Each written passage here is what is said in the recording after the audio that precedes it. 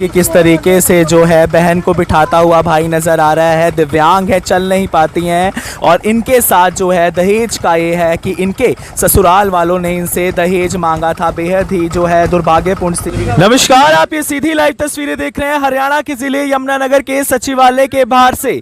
और आप सभी को जानकारी दे दें कि यमुनानगर की एक और बेटी इस बार कहीं ना कहीं दहेज के कारण, जी हाँ, दहेज के कारण जो है एक बार फिर से बस हो चुकी है। खैर, पैरों से बेटी लाचार है और कहीं ना कहीं दिव्यांग है और जो इनका पति है वो भी दिव्यांग है। लेकिन जस्ट शादी को मैं जानकारी दे दूं, 6 महीने हुए थे और 2 महीने बाद ही जो लड़की है वो अपने घर आ जाती है, क्योंकि ससुराल वाले हैं वो दहेज मांगते हैं। इनका कहना है कि उन्होंने पहले कहा था कि लड़का जो है न्यू हैप्पी स्कूल में अकाउंटेंट की जॉब करता है, लेकिन जैसे जैसे समय बीता वैसे वैसे पता चला कि लड़का आखिर कुछ नहीं करता, ये तो सिर्फ बातें बनाने की थी। और कहीं ना कहीं एक बार फिर एक बेटी जो है दहेज पे जो है कहीं ना कहीं सामने आया मामला है। यमुनानगर का ये मामला है, ये बातचीत करने का प्रयास करते हैं। क्या कुछ उस बिटिया का कहना है, क्या कुछ उनका कहना है, क्या कुछ ये कहती हैं, क्या कुछ मामला है, आप सभी को जानकारी दे दें। बेबस पैरों से हैं, लाचार है, लेकिन क्या करें, आप सभी को जानकारी दे दें कि क्या कुछ करना है, क्या कुछ मामला है। क्या नाम है दीदी आपका? मेरा नाम पूजा है, मैं हमीदे से हूँ, 2 गुरुद्वारे के पास से। परसों इन्होंने जो न्यूज़ बताई है कि पहला झूठ तो यहाँ की ये मैं यमुनानगर में रहता हूँ, ये यमुनानगर में नहीं रहते, ये बिलासपुर चौक गाँव से हैं। और इन्होंने हमारे ऊपर इल्ज़ाम लगाया है कि मैं इनके घर में मकान की डिमांड करती हूँ। मैंने कभी इनसे डिमांड मकान की नहीं। मेरे अपने पेरेंट्स के पास घर 2 मकान है, मैं एक अच्छी फैमिली से बिलोंग करती हूँ, मुझे किसी चीज़ का लालच नहीं था। बस इन्होंने मेरा वहाँ जीना आराम कर रखा था। मुझसे दिन रात पैसों की डिमांड करते थे। कभी कहते थे 16-17 साल जो तूने काम किया है वो पैसे लेके आ। कभी कहते थे कि जो तुझे गवर्नमेंट की तरफ से 31,000 मिला है वो लेके आ। कभी कहते हैं जो हमने तेरे को रोके के शगुन में पैसे डाले थे वो भी तू लेके आ, वो भी हमारे हैं। कभी मेरी पेंशन मांगते थे। शादी के 1 हफ्ते के बाद जब मैं अपने पग फेरे के लिए अपने घर गई थी, उसी टाइम इन्होंने मेरा पेंशन कार्ड, ATM कार्ड सभी मेरी मम्मी से ले लिए थे।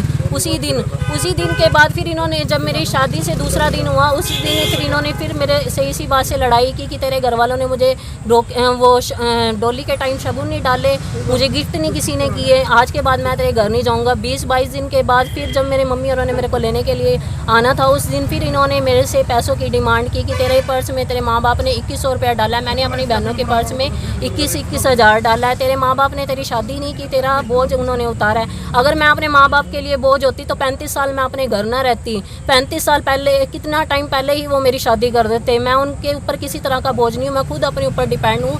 मेरा स्टिचिंग सेंटर है, मैं अपनी गवर्नमेंट की पेंशन के ऊपर डिपेंड हूँ, मेरा कोई खर्चा नहीं है, किसी तरह से भी मैं किसी के ऊपर कोई डिपेंड नहीं हूँ। और इन्होंने शादी सब कुछ जान और समझ के की थी। मुझे 2-3 बार ये घर देख गए थे, मेरी कंडीशन भी देख के गए थे। सब बातें देखने समझने के बाद ही इन्होंने हम भी भरी थी। हमने कोई ज़बरदस्ती नहीं की थी। इनकी मम्मी और इनका सारा परिवार मेरे घर रिश्ता लेने के लिए आके बैठ गया था और 6 महीने के बाद हमने रिश्ते के लिए हाँ की थी। 6 महीने के बाद शादी होने से पहले ही सारी लेन देन की बातें की गई थी। उस टाइम इनको सब मंजूर था, कोई लेन देन की बात नहीं थी। पर जब शादी हुई है उसी टाइम ही इनके मन में लालच जाग उठे हैं। मेरी सास ने मेरे साथ धोखा किया, मेरी ननंदों ने मेरे साथ धोखा किया। ना लड़का काम करता था, शराब पीता था, गाली गलोच, लड़ाई, मारपीट सब कुछ होता था, सब कुछ होता था मेरे साथ। मैं बस 2 महीने वहाँ जो रह के आई हूँ वो अपने बेस पर ही रह के आई हूँ। 2 महीने से पहले इन्होंने तो दूसरे दिन ही सोच लिया था कि इसे निकाल दें, पर मैंने घर बनाने के चक्कर में मैं ही वहाँ 2 महीने ज़बरदस्ती अपने ऊपर रह के आई हूँ। पर यहाँ आने के बाद भी देखो मैं इतनी मजबूर हूँ, यहाँ आने के बाद भी इन्होंने अपने ब्लेम लगाने कम नहीं किए। परसों मीडिया बनाकर ये लोगों के सामने रो के अपनी बातें बता रहे हैं कि मेरे जीजा, मेरे भाई, इनका मकान मेरे नाम करने को बोलते हैं। वो क्यों बोलेंगे, उन्हें क्या लेना देना। हाँ, ये बात थी कि जब हम महिला थाने में आए हैं उनकी इनके साथ बहसबाजी अच्छी हुई, जिनकी बहन दुखी होगी तो वो भाई बोलेंगे ही ना। इसी के चक्कर में इन्होंने सारा ब्लेम मेरे जीजे और मेरे भाई के ऊपर लगा दिया। ऐसी कोई बात नहीं है। क्या कहेंगे, क्योंकि एक परिवार सोचता है कि अच्छे से रहें। आप सभी को दिखाने का प्रयास कर रहे हैं कि किस तरीके से मैं चलने फिरने का कोई काम नहीं कर सकती थी, मैं बैठ के खाना बनाती थी, हर चीज़ जो बैठ के लड़की कर सकती है हर काम मैं बैठ के करती थी। अब इनकी ये सलाह थी कि मैं लकड़ की चौकी पे बैरिंग लगवा के उसके ऊपर बैठ के ये मेरे से पोचे लगवाने की सोच रहे थे। जो ये बोल रहे हैं परसों कि मैं व्हील चेयर के ऊपर बैठ के ये पोचे कैसे लगा सकती थी, इनकी स्कीम थी कि अब इसे बिठा कर वहाँ मेरे हस्बैंड ने मुझे खुद बोला था कि हम तेरे को चौकी बनवा देते हैं, उसके ऊपर टायर लगवा देते हैं और तू उसके ऊपर बैठ के पोचे मारा कर। कभी ये कहते हैं वॉशिंग मशीन तेरे को चलानी सिखाएंगे, उसमें कपड़े धो। सर आप ये देखो कि मेरी कंडीशन क्या है, जो सारी बातें जब देख सोच के आपने पहले ही शादी किया तो इन बातों का अब क्या मुद्दा है। तो आप किस चीज को लेकर प्रताड़ित कर रहे हैं? पैसों का? अब पैसों के लिए दहेज की ही मांग करते हैं कि पैसा नहीं हमें, हमने कहते हैं कि हमने कोई फर्नीचर की डिमांड नहीं की थी, हमने कुछ नहीं लिया। वो फर्नीचर की डिमांड नहीं की, अब गुप्त पैसा मांगते हैं कि अगर हमने कुछ वैसे नहीं लिया तो हमें पैसा दिया जाए। तो वो मतलब शारीरिक भी मार पिटाई भी करी? हाँ मार पिटाई करते थे मेरे साथ। इन्होंने लोहड़ी वाले दिन मेरे साथ मार पिटाई किया। रात को 1 बजे इन्होंने छोटे जीजे के साथ बैठ के बहनों के साथ बैठ के इकट्ठे भाई बहन बाहर बैठे रहे हैं। 1 बजे तक बैठ के इन्होंने ड्रिंक किया उनके साथ। पहले जबकि ये बोलते थे रिश्ता करने आए थे, इनकी मदर ने बोला था कि हमारे जमाई शराब नहीं पीते। और फिर लोहड़ी वाले दिन मैंने देखा है कि इन्होंने छोटे जीजे के साथ बाहर बैठ के शराब पी है। 1 बजे ये अपने कमरे में आके इन्होंने मेरे साथ लड़ाई झगड़ा शुरू कर दिया। और जब भी ये लड़ते थे मेरे साथ मुझे यही बोलते थे कि तू अपने घर चली जा। शादी से तीसरी बार जब मेरी लड़ाई हुई है तभी से ये बोलना शुरू हो गए थे कि जो 6 महीने के बाद होना है ना वो आज ही हो जाए अच्छा है। तो मतलब इन्होंने एक साजिश के तौर पे ही पता नहीं किस चक्कर में, बदला लेने के चक्कर में इन्होंने मेरे से शादी करके मेरी ज़िंदगी ख़राब कर दी। मैं तो इन्हें कभी जानती नहीं थी, कभी देखा नहीं था। फर्स्ट टाइम मैं अपने घर से बाहर निकली हूँ। मैं कभी कहीं किसी रिलेटिव के भी आने गई। 5-5, 6-6 साल हो जाते हैं मैं सिर्फ अपनी नानी के घर और अपनी बहन के घर ही जाती हूँ। और अभी 2 महीने पहले ही फर्स्ट टाइम ही पहले मैंने मतलब बाहर पहली बार कदम रखा है जहाँ मैं अजनबी जगह पे रह के आई हूँ।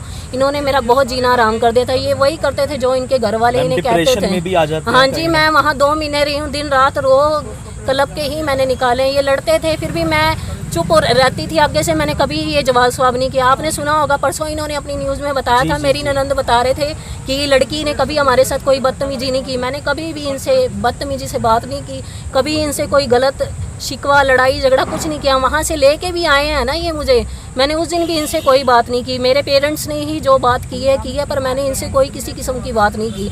अब आप ये देखो कि अगर एक बंदा इतना अच्छा होने के बाद भी इनके ऊपर ऐसे ब्लेम करता है, अगर कोई गलत होगा तो फिर क्या हाल होगा। एक व्यक्ति होता है जो परिवार बसाने की कोशिश करता है पर आप सभी को दिखाने का प्रयास करें, लेकिन कहीं ना कहीं जी मैं 4 महीने हो गए हूँ अपने घर आके बैठी हुई हूँ। इन्होंने घर से निकलने से पहले ही मेरे हस्बैंड ने बोल दिया था कि अगर तू एक बार चली गई ना तो मेरे से उम्मीद मत करियो, मैं तेरे को बैक कॉल करूँगा या तेरे को घर वापस लाने की सोचूंगा। आज तक इन्होंने कभी किसी ने मुझे घर ले जाने की नहीं सोची। जब रिश्ता नहीं हुआ था दिन रात पीछे पड़े हुए थे। अब रिश्ता होने के बाद इन्हें मैं बोझ लगना शुरू हो गई थी। इन्होंने बहाने से मुझे घर से निकालने का सिर्फ एक बहाना ढूंढा है, जिस वजह से ये मुझे बार बार तंग करना शुरू हो गए थे। और इन्हें पैसों का लालच था। इन्होंने एक इनकम का बेस समझ के मुझसे शादी की थी कि यहाँ से अगर हम शादी कर लेंगे ससुराल से भी पैसा मिलेगा और लड़की भी हमें कमा के देगी। मैं सर्वाइकल की मुझे दिक्कत है सर, मैं बाहर के कपड़े स्टिच नहीं कर सकती, मैं सिर्फ सेंटर ही सिखाती हूँ। मेरी ननंदें मुझे मजबूर करती थी बार बार सिखाने के लिए कि आप अपना भी काम करो और सिखाओ भी।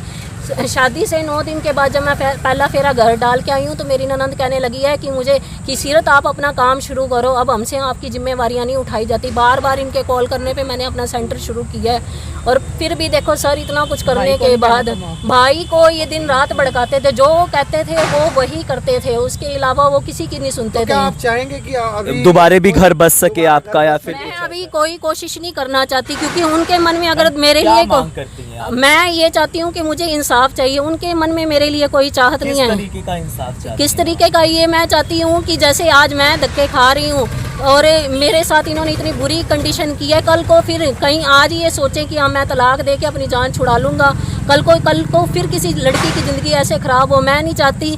मैं चाहती हूँ कि जैसे इन्होंने आज मेरी लाइफ स्पॉइल की है ना, वैसे ही कोर्ट की तरफ से इन्हें कड़ी से कड़ी सजा दी जाए कि इन्हें पता लग जाए कि कैसे किसी।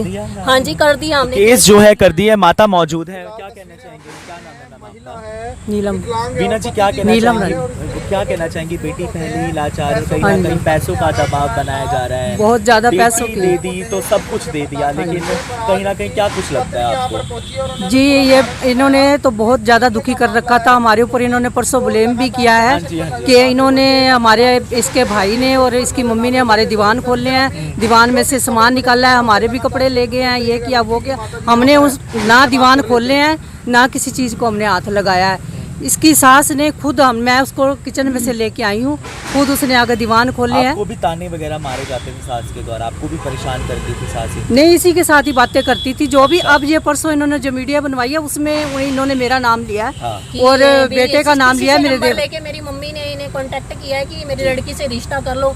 कौन माँ ये चाहेगी कि वो अपनी लड़की को बर्बाद कर दे, और बर्बाद करने के लिए वो खुद कहेगी कि आओ और मेरे लड़के से रिश्ता कर, मेरी लड़की से रिश्ता कर लो। मैंने कुछ घर से थोड़ी निकाली हुई थी लड़की। 35 साल मैंने अपने छाती से लगा के रखी थी, मैंने कोई घर से थोड़ी निकाली हुई थी। मैं तो करना ही नहीं चाहती। हर माँ सोचती है कि अपनी लड़की का घर बस जाए। फिर ये सोचा कि पता नहीं हम कितना टाइम है, कितना नहीं, अगर इसका बसता है घर तो ठीक है। अभी इतने तरले करने हैं, गर्जमंद हैं, इनको जरूरत है। तो जो इनके हस्बैंड है वो भी दिव्यांग ही हैं। हाँ जी, और झूठ बोला गया था कि वो ये काम करते हैं। वो कहते थे भी ये न्यू हैप्पी स्कूल में जॉब करती हैं, 5000 इसकी जो है सैलरी है। तो जब ये घर गई है उसके बाद कुछ नहीं, वो घर से बाहर कहीं गया ही तो नहीं। आप इनकी माता जी क्या चाहेंगे, उनको आप भी क्या क्या चाहती कुछ हैं? कहना क्या चाहेंगे कुछ कि अगर घर कहना बसाने को चाहेंगी? लेकर? देखो जी, घर बसाने वाली तो कोई चांस लगते नहीं, जिस तरीके जैसे से उन्होंने उनकी परेशान कंडीशन किया। जैसे उन्होंने क्योंकि किया। आप ज्यादा परेशान हो चुके हैं। हाँ जी, घर वाले बसाने वाली कोई अब कंडीशन कोर्ट में नहीं। केस करने के बाद ही जो सख्त सजा होगी वो बनती है। हाँ जी। आप एसपी साहब के पास आई थी, हाँ जी। आश्वासन मिला है कुछ? हाँ जी, उन्होंने बोला भी आपका काम हो गया है, कोर्ट केस डल गया है, उसको गिरफ्तार भी किया होगा परसों कल, तो जमानत उसकी हो गया, अब आगे कार्रवाई होएगी। दीदी क्या कुछ लगता है आपको? एसपी साहब के पास आई है, आश्वासन दिया है पुलिस अधीक्षक ने, तो सेटिस्फाई हैं? हाँ जी, सब ने आज सब बोल रहे हैं कि हम कड़ी सजा दिलवाने की इन्हें कोशिश करेंगे, और आपके वो मेरे सपोर्ट में सारी यही बातें कर रहे हैं। वहाँ तो महिला खुश है कहीं ना कहीं जो आप सोच रही थी वो होगा अभी आपको थोड़ी न्याय सी मिल सकता है, हाँ उम्मीद जी, लगी है? अभी उम्मीद लगी है, अब आगे देखो भगवान क्या चाहते हैं। तो कहीं ना कहीं उम्मीद लग गई, और फिलहाल ये तस्वीरें साफ हो गई कि किस तरीके से इनके पति के द्वारा इनको प्रताड़ित किया जा रहा था। कुदरत ने पहले ही इन्हें जो है दिव्यांग बनाया हुआ, और ये सारी बातें खुल चुकी थी, लेकिन ये मामला जो है यमुनानगर में सामने आया था। कहीं ना कहीं अब खुश हैं, और कहीं ना कहीं जो है कार्रवाई है उससे भी कहीं ना कहीं खुश है। जो भी इस वीडियो को, इस खबर को देख रहा है, शेयर जरूर कीजिएगा। कहीं ना कहीं हर बेटी जो, तो कहीं ना कहीं बेटियां समाज की होती हैं। और ताज़ा तरीन खबरों के लिए बने रहे अभी 24 के साथ। नमस्कार। अब यहाँ तक आ ही गए हैं तो हमारे चैनल को सब्सक्राइब जरूर करें और नीचे दिए गए बेल आइकन को जरूर दबाएं ताकि हर खबर सबसे पहले पहुंचे आप तक।